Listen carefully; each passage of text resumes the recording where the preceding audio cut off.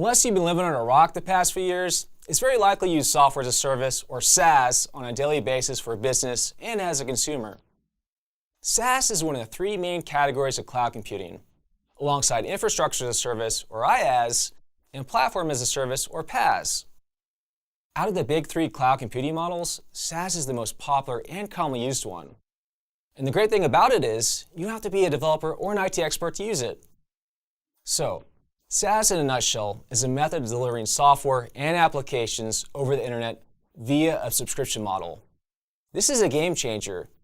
Compared to our traditional software model used prior to the emergence of cloud computing, where users would have to manage, install, and upgrade software themselves on local servers or computers. With SaaS, you can simply provision a server for an instance in the cloud, and in a couple hours, you'll have that software application ready to use. Some key examples will be your email client, such as Gmail, the applications and tools you have on your computer, such as Microsoft Office or Adobe Creative Cloud, or even when you are jamming out to your favorite music streaming service. These are all SaaS, providing productivity apps over the internet.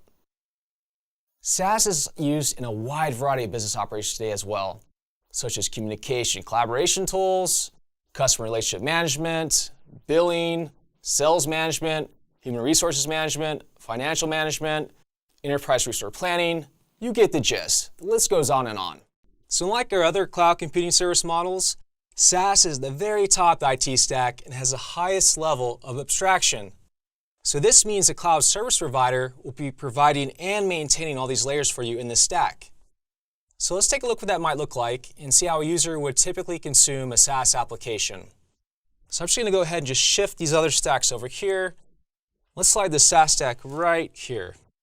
Okay, so our users would access a SaaS application within what we call a multi-tenant architecture. And by tenant, I mean user. So you'd have multiple users all accessing the same pool of resources within the stack. So it'd be the same hosted environment, same hosted servers, where multiple users would have their own dedicated space to securely store their data. There's a lot of benefits with this in a SaaS application, so let's take a look at a few. So one, right off the bat, it's much more cost efficient compared to our other models, because again, which is the overall theme of this whole video, is cloud service providers could be maintaining and managing the application for you, so there's no IT overhead cost. And a SaaS application is typically consumed on a subscription-based model, which is either on an annual basis or a monthly basis. And that includes support typically, whereas with our older traditional models on-prem, you would have a perpetual license where you'd have a pretty large upfront cost, and then you'd have to pay for support ongoing separately. Two, scalability, right? So you can horizontally or vertically scale on demand, because again, that cloud service provider is going to be maintaining everything for you. So if you need to add more databases or you need more compute power, they'll take care of that for you on a as-needed basis. Another benefit is you can access your SaaS application anywhere, which is a huge benefit right now, especially if you want to mobilize your workforce, right? So all you need is a web browser and internet connectivity to be up and running with your SaaS application. There's no installation, there's typically no plugins involved, and you can, no matter where you reside geographically, you can always be up and running. Now, I should say, if you are looking for a SaaS solution, there are some instances where you do need to keep your data in the same location as you reside. For instance, with Europe, we have GDPR, and by law, you have to maintain your data where you reside. So there are going to be some instances like that, but for the most part, SaaS is a highly secure solution.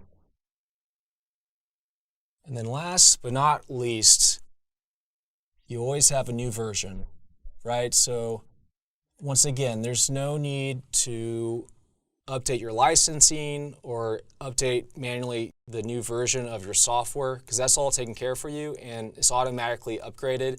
And this helps with a lot of wide range of issues. Typically, if there's version control, right?